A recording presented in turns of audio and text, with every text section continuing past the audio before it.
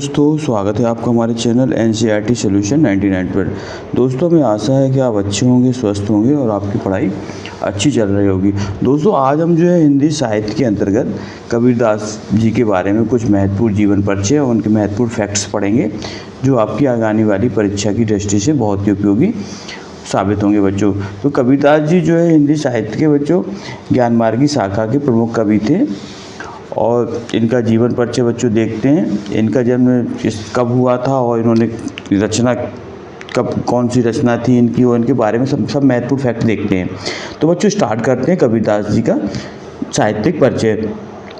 तो बच्चों इनका जन्म काल देखते हैं। बच्चों इनका जन्म काल 1398 ईस्वी में हुआ था और इनका जन्म स्थान है बच्चों काशी, बनारसी या बनारस हुआ था।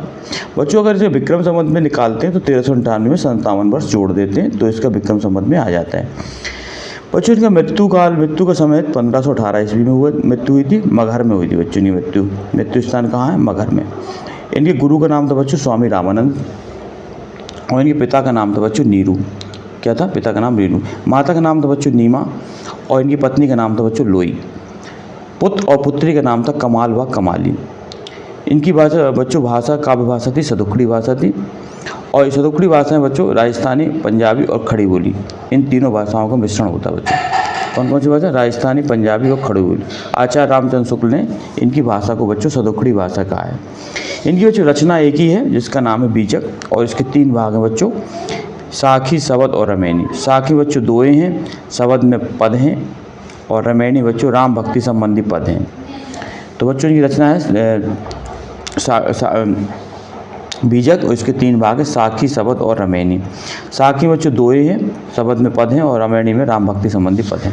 इनकी बच्चों कबीर के काव्य की जो महत्वपूर्ण विशेषताएं हैं बच्चों वो देखते हैं। कुछ महत्वपूर्ण पॉइंट लिखें बच्चों। तो पहला है बच्चों कण कण में ईश्वर की व्याप्ति है। इनके अनुसार जो ईश्वर है वो कण कण में व्याप्त है।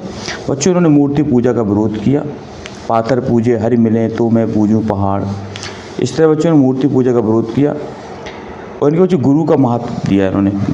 गुरु गोविंद दो खड़े काके लागों पाएँ, बलिहारी गुरु आपने गोविंद दियो बताए। बच्चों ने गुरु का महत्व दिया। गुरु के माध्यम से ही जो है गुरु हमें अंधकार से प्रकाश की ओर ले जाता है और भगवान तक पहुंचने का मार्ग भी बच्चों गुरु ही बताता है। इसके बाद बच्चों चौथा महत्वपूर्ण अहिंसा का संदेश दिया इन्होंने। किसके बच्चों? अहिंसा का संदेश दिया। और निराकार ईश्वर की उपासना जो है ये भी इनका महत्वपूर्ण विशेषता है बच्चों। तो इस तरह कबीर के काव्य की महत्वपूर्ण विशेषता है, इनको बच्चों नोट डाउन करें। और बच्चों ये महत्वपूर्ण फैक्ट विशेष दिया है। आचार्य हजारी प्रसाद द्विवेदी ने कबीर को वाणी का डिक्टेटर कहा है। वाणी का डिक्टेटर बच्चों होता बच्चों भाषा का तानाशाह है। क्या कहा है? वाणी का डिक्टेटर कहा है। किसने बच्चों? हजारी प्रसाद द्विवेदी ने। तो इन्हें वाणी का डिक्टेटर का मतलब होता है बच्चों भाषा का तानाशाह है। और इनके बच्चों महत्वपूर्ण पंक्ति है कि कबीर जो है बचपन से पढ़े लिखे नहीं थे। इन्होंने खुद स्वीकार किया मसी कागज छुओ नहीं, कलम गहो नहीं हाथ। तो इन्होंने से स्वीकार किया तो पढ़े थे। इस तरह बच्चों ये महत्वपूर्ण फैक्ट है इनके बारे में, आप नोट डाउन करें, जो आपकी परीक्षा की दृष्टि से बहुत उपयोगी साबित होंगे।